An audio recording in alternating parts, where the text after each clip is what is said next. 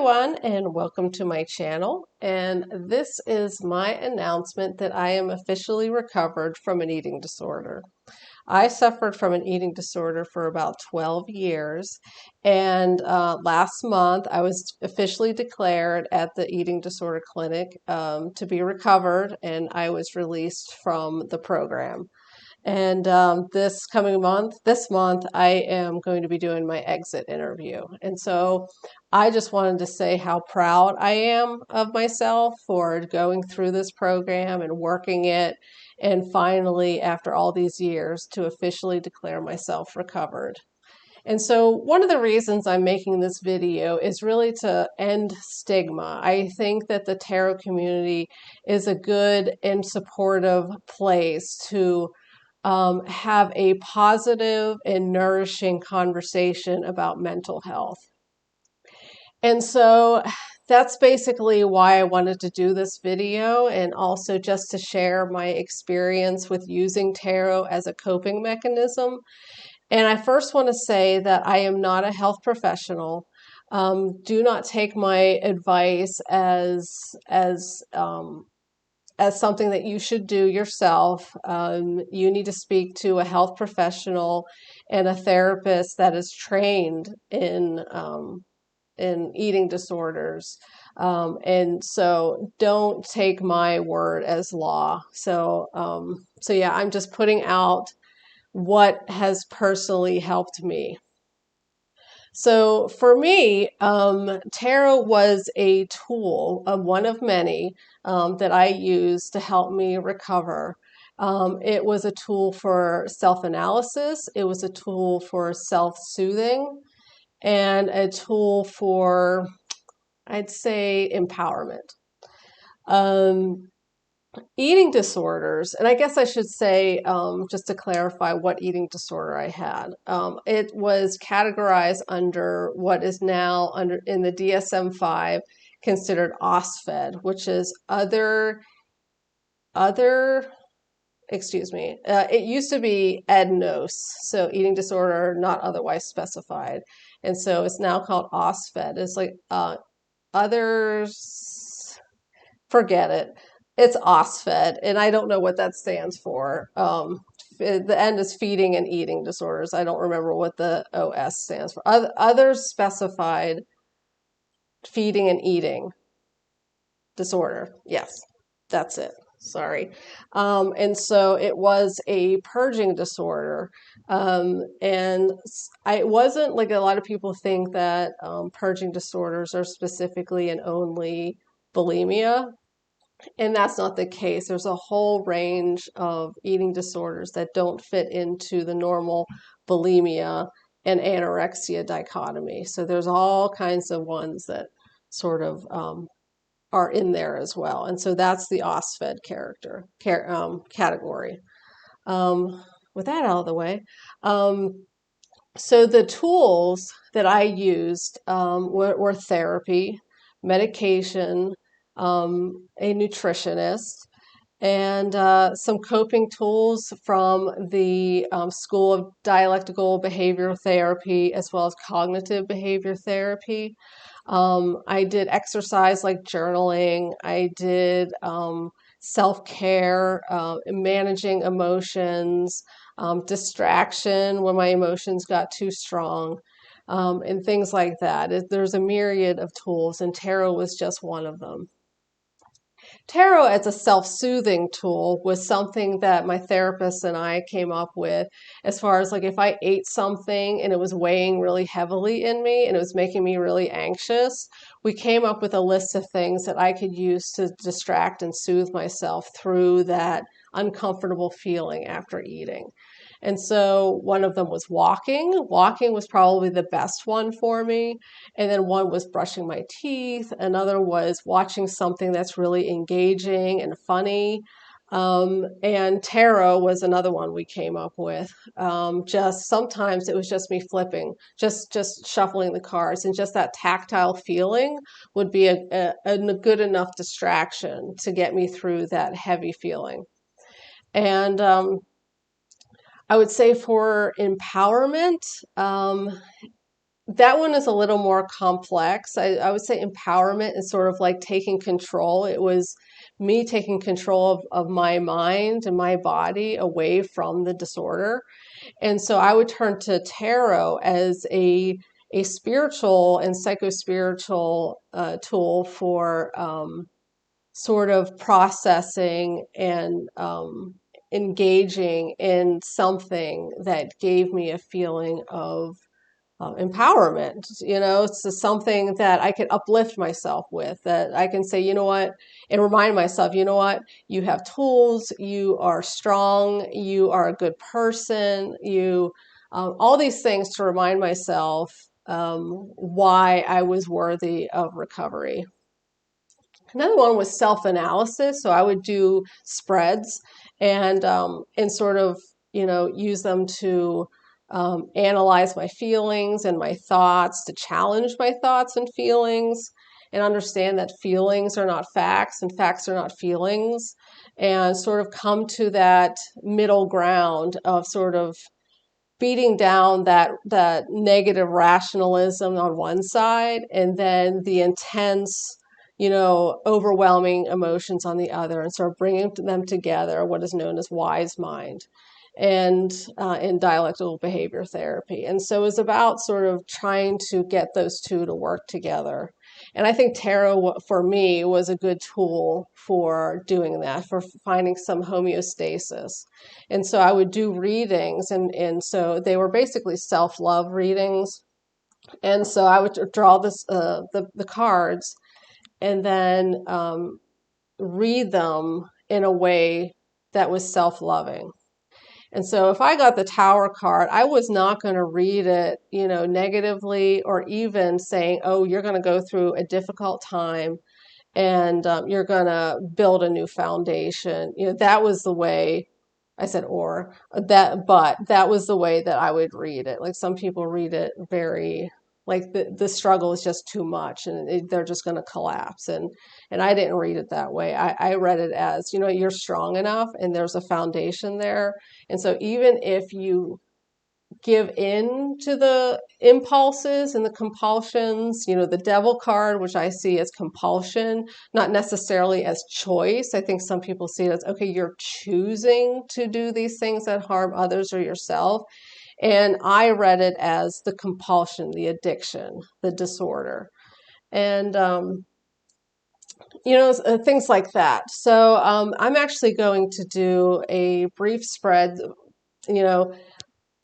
give me some grace, because this is actually my first time using this program, OBS, and it's also my first time doing a spread on camera.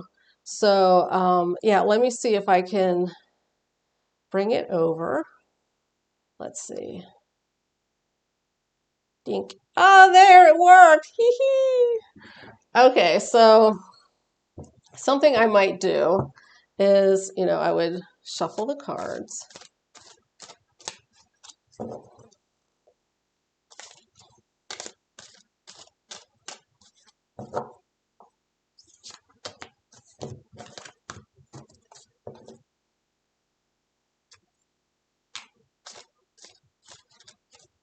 Okay. And then I would split them, just a normal spread. Okay, let's see if I can do this. Oh, okay, that's reversed. Okay, so this, how do I do that? That's like the camera's like reversed. Okay, so I'm gonna do your right, and I'm just gonna have to read it backwards. Oh, well, that's a nice card. You know what? I'm being told to keep this in the center, actually. That makes sense to me. Well, there you go. Let's see. So the Sun card, Two of Swords, and the Death card. So to me, I would say this could be about choice, or it could be about balance. And this could be about emotions, even though this is about the intellect and communication in the mind.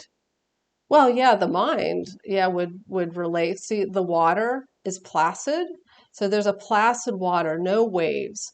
So I would say that this is more related to balance. So we have the optimism over here, um, and I see the sunflowers always remind me of Van Gogh, but there's a wall there, and the sunflowers um, was sort of like a heartache to him. They were beautiful to him, but he had such a difficult life, struggling through his mental health, that they sort of had a bittersweet meaning for him. But there's a wall there. There's a wall there between that emotional struggle and the joy right there. And then we have over here a similar way that I read the Tower card, which is about transformation, going from one path to the next, going from one way of being to the next. And so I would say this is about balancing the struggle to recover and those downfalls, and not being so hard on myself that this struggle is so difficult and that sometimes I fail. Whereas over here, it's about, sort of embracing the joy in life, um, telling myself that, what, there's something to live for, there's something more than this disorder that is in your life. And you need to embrace those beautiful things and understand that there is, while those are still there, that bittersweetness, that sadness, that, Van Goghian struggle is still there. They're still peeking over, but you can create even a balance there, a choice there, um, to sort of turn your back on it and to just find the joy, work towards the joy.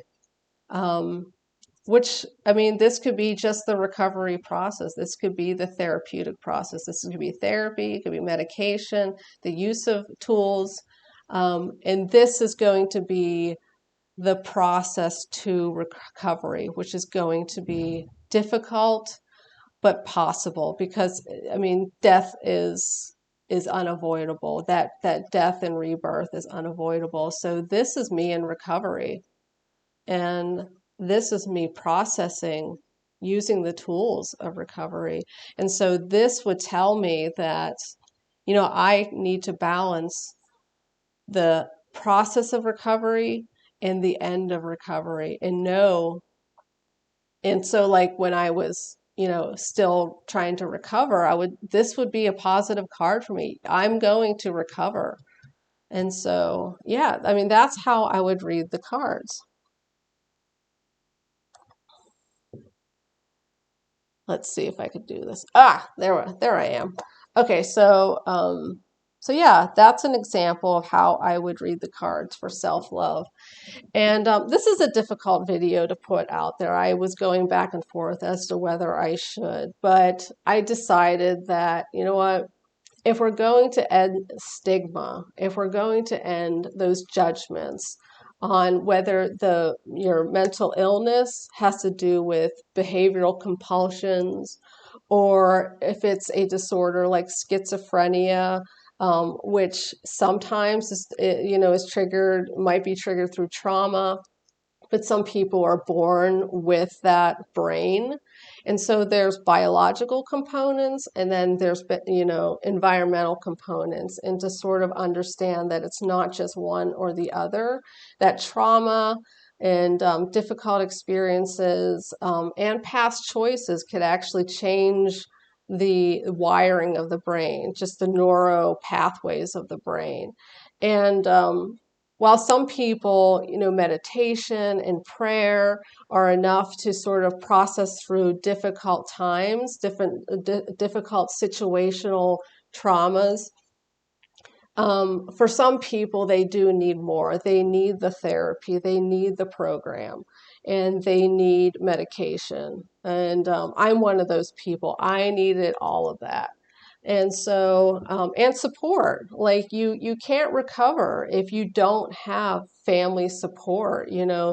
If I was partaking in behaviors, that would lead to, other behaviors, my family showed me compassion. They didn't show me judgment as long as I was honest about it.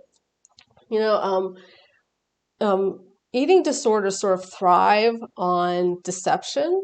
You hide it. You hide the food you're eating. You hide the purging. And so I think tarot is a way for me to be honest with myself. And not just in confronting me. And sometimes it would be confrontational. It'd be like, you know what? Stop this shit. You're better than this. Stop the lying. Stop this, self-destruction. You're better than this. And I don't know where I was going with that. Um, so yeah, I think I could end it here. I might do a follow-up video if there's something that occurs to me that I skipped. Or I can do some more readings for people if they want to do sort of watch a self-love reading. I could even do self-love readings for just the general audience. So yeah, I think I'll end it there. Thank you so much for watching this. If you've made it to the end, and yeah, peace out. Yeah, bye.